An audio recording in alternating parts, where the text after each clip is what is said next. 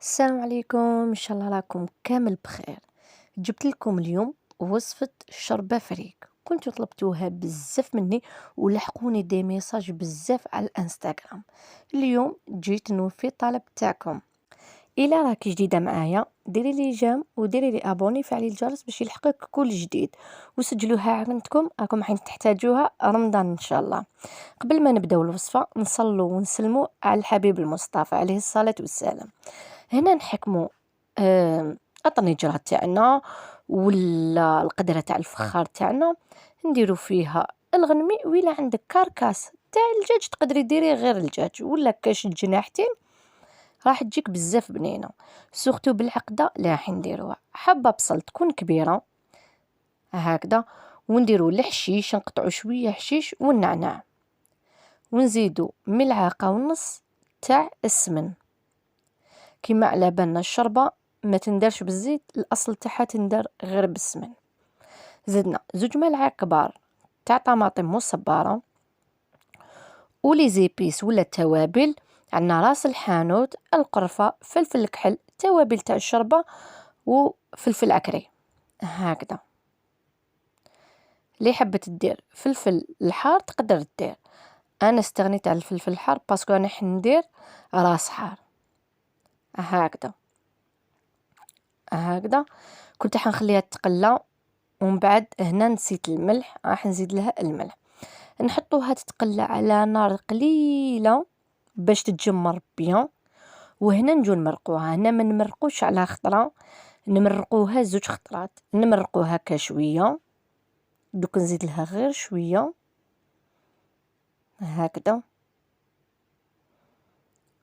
نزيدو لها شويه ما سخون ونحطوها تتقلى.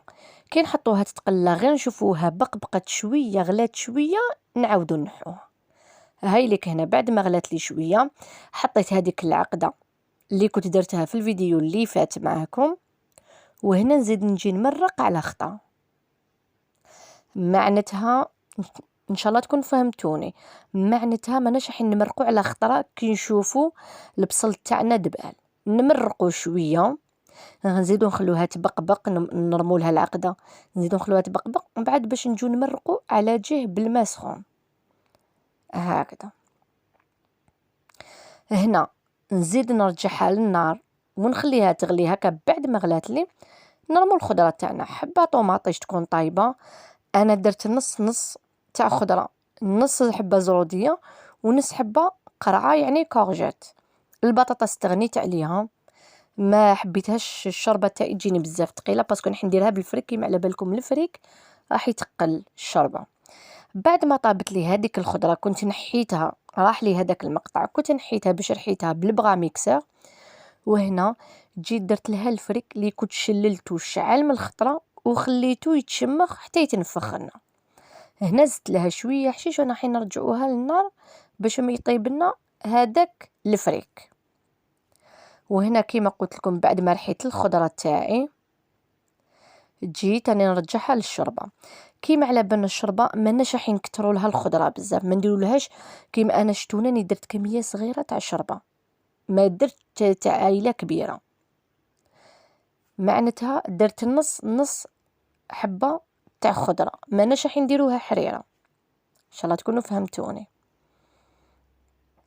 كي نديروها حريره تما نديرو 2 حبات ولا حبه تاع خضره تاع زروديه، بطاطا، كورجات، بصح هنا هذه الشوربه هكذا.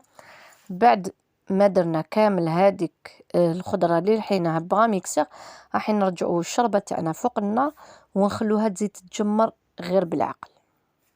على بالي كاين اللي يشوفوا هذا ليدام ويقول لي بزاف ليدام، لا لا اختي ماشي بزاف، لي الشغل نتاع الشوربه كي تجي هكا كيما تقولها عجوزتي الوجه تاع الشوربه، معناتها هذا راهو غير من الفوق وما كاينش حد تحسيلو.